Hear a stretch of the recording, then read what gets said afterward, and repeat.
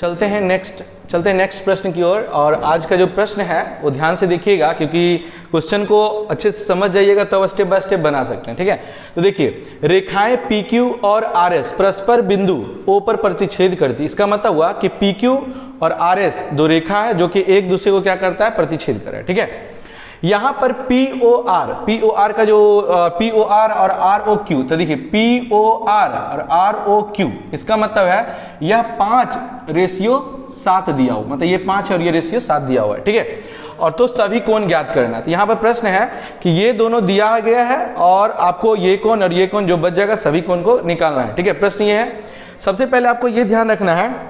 चलते हैं, तब देखिए रेखा, पहले देखिए इन दोनों का मान जो है एग्जैक्ट नहीं दिया और रेशियो में दिया हुआ, तो सबसे पहले उसको x मानना पड़ेगा। तो लिख देंगे कि माना, है ना, यहाँ चलते हैं, तो माना कोण POR, ठीक है, इस कोण को मान लेते हैं 5x।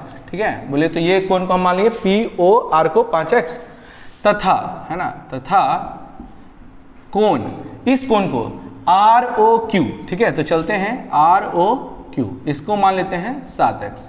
ठीक है, अब देखिए आपको पता होगा कि कोई भी सीधी रेखा होगा POQ जो सीधी रेखा है, इसमें कोई भी हो उसको रैखिक युग्म कहते हैं। तो इस एंगल और इस एंगल को जोड़ेंगे तो 180 डिग्री का मान होगा। ठीक है, तो यहां पर लिख देते हैं रेखा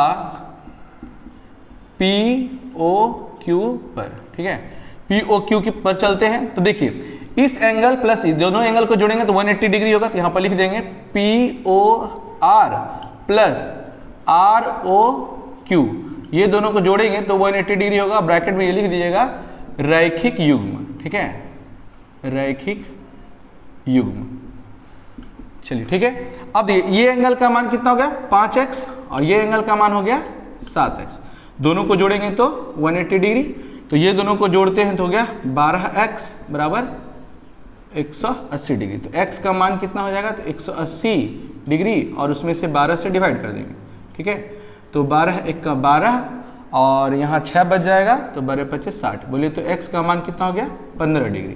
तो ये 15 डिग्री x का मान हुआ, ना कि 5 और ये दोनों, इसका नहीं। अब इसका वैल्यू इसमें पुट करेंगे और इसमें पुट करेंगे तो मान पूरा एग्जैक्ट आएगा। तो यहाँ लिखेंगे x का मान रखने पर।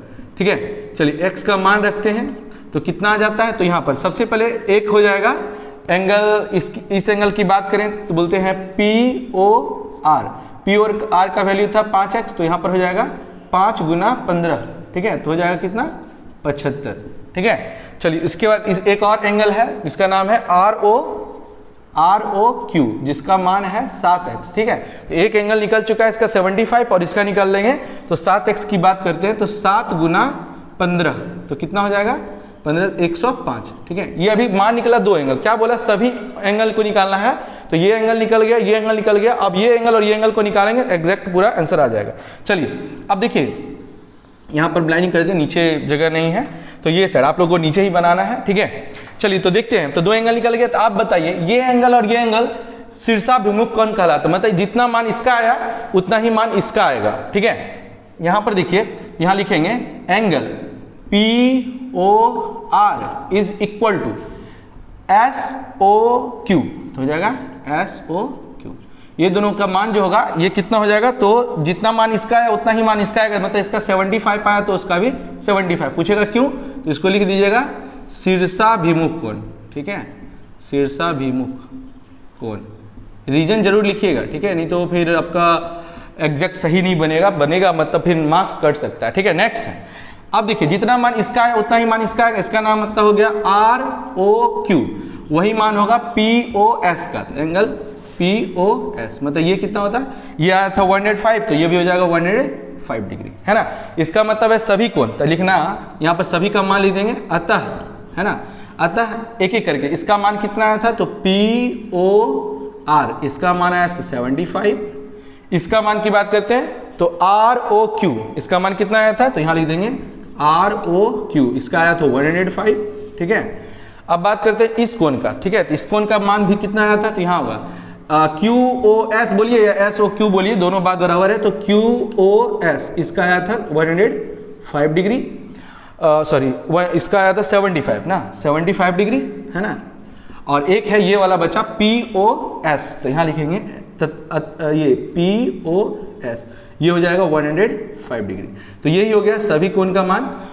इसको स्टेप बाय स्टेप दोबारा समझ सकते हैं अच्छे तरीके से। समझने के बाद और आपको एक प्रश्न को बना के दिखाना है। यहाँ पर फिर से एक एंगल उसी तरह दिया हुआ PQ, एक लाइन दिया हुआ है, दोनों को काट रहा है O पर, है ना।